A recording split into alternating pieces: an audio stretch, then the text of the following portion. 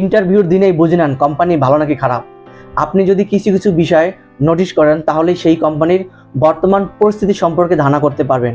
যেমন সময় ব্যবস্থাপনা, আপনাকে যদি তারা অযথা ঘন্টা পর ঘন্টা বসিয়ে রাখে তাহলে বুঝবেন সময়ের প্রতি অসম্মান, তার মানে কাজের ক্ষেত্রেও বিশৃঙ্খলা থাকতে পারে। ইন্টারভিউর পরিবেশ, রিসিপশন থেকে শুরু করে ইন্টারভিউ রুম সব জায়গায় যদি চাপা টেনশন বা নেতিবাচক ভাইব থাকে সেটা হতে পারে এক ধরনের সতর্কবার্তা। স্ন্যাক্স বা লাঞ্চ, কোম্পানি যদি ভালো হয় তাহলে আপনাদের স্ন্যাক্স বা লাঞ্চ অফার করবে বা সামান্য কার্টেজি থেকে চা অথবা কফি দিবে। আর যদি এই দুইটার একটিও না হয় তাহলে বুঝতেই পারতেছেন পরিস্থিতি।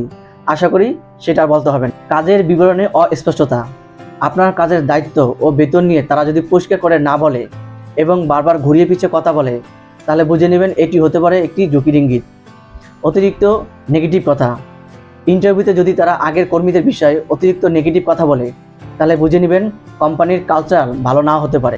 অতিরিক্ত ওভারটাইমের ইঙ্গিত, আমরা সবাই রাত পর্যন্ত থাকি, যদি এটা তারা গৌরবের সাথে বলে তাহলে বুঝে নিন ওয়ার্ক লাইফ ব্যালেন্স খারাপ হতে পারে। স্যালারি ইনক্রিমেন্ট নিয়ে তারা যদি এড়িয়ে যায় তাহলে ভাবুন কেন তারা লুকাচ্ছে। অফিসের অবস্থা, অফিস যদি দেখেন নোংরা বা অগোছালো তাহলে বুঝে নেবেন ম্যানেজমেন্ট কর্মীদের সামান্য চাহিদাটুকু পূরণ করে না। তো এই বিষয়গুলো অবজারভেশন করলেই আপনারা বুঝতে পারবেন ওই কোম্পানি ভালো নাকি খারাপ। তো বন্ধুরা, প্রতিনিয়ত এই ধরনের ভিডিও পেতে আমাদের চ্যানেলটিকে লাইক, কমেন্ট, শেয়ার এবং সাবস্ক্রাইব করে সাথে থাকার জন্য অনুরোধ রইল। আজকের মতো এখানে শেষ। আল্লাহ হাফেজ।